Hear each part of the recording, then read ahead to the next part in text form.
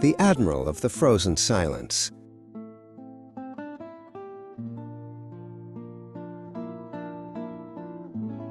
Irkutsk, February 7, 1920. The air inside the prison cell is a physical weight, thick with the scent of damp stone and the metallic tang of extreme cold. Alexander sits on a narrow wooden bench. His back is straight as if he were still on the bridge of a battleship.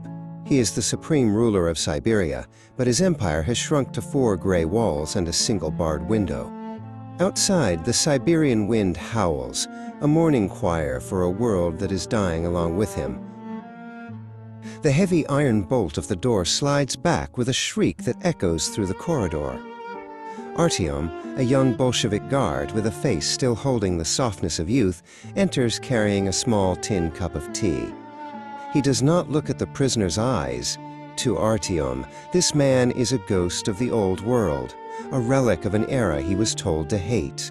Yet, in the presence of Alexander's quiet dignity, the young man's hand trembles, spilling a few drops of the dark liquid onto the frozen floor. Alexander takes the cup. The warmth of the tin, a brief comfort against his numb fingers.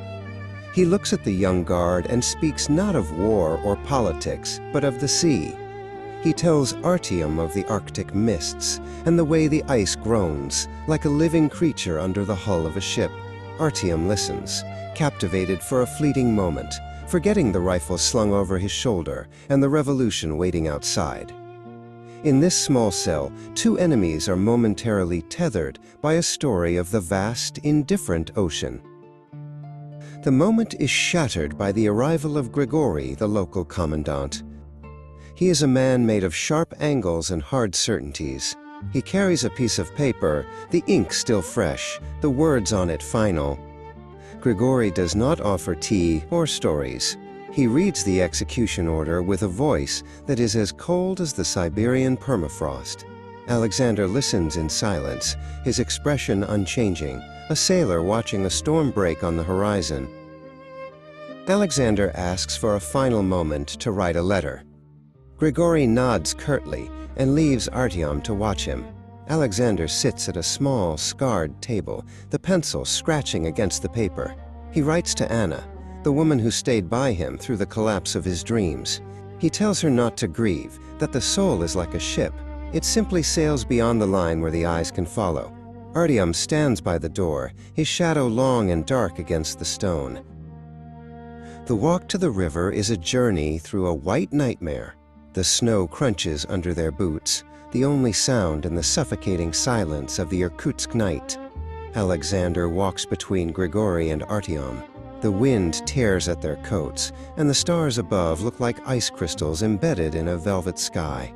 Alexander breathes in the frozen air, savoring the sting of it in his lungs, the last taste of the world he once tried to command. They reach the banks of the Ushakovka River, where the ice has been hacked away to reveal a black, swirling maw of water. The firing squad stands in the shadows, their forms blurred by the blowing snow. Grigory steps forward, offering a black silk blindfold. Alexander shakes his head. He has looked into the eye of the storm too many times to blink now. He wants to see the sky one last time. Grigory moves back toward the line of soldiers, leaving Alexander alone by the dark water. The commandant raises his hand, a signal that carries the weight of history.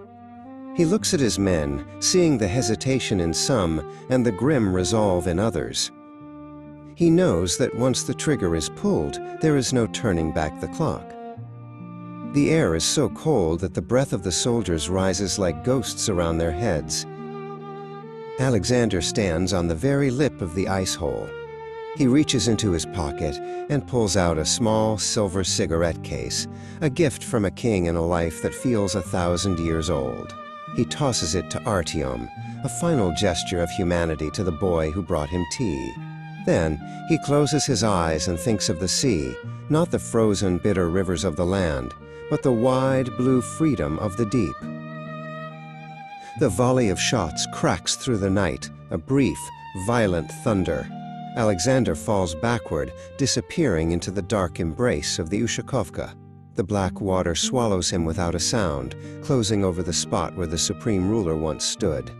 Artyom stands at the edge, the silver case clutched in his hand, looking down into the void. The river flows on, indifferent to the empires of men, carrying its secrets beneath the ice.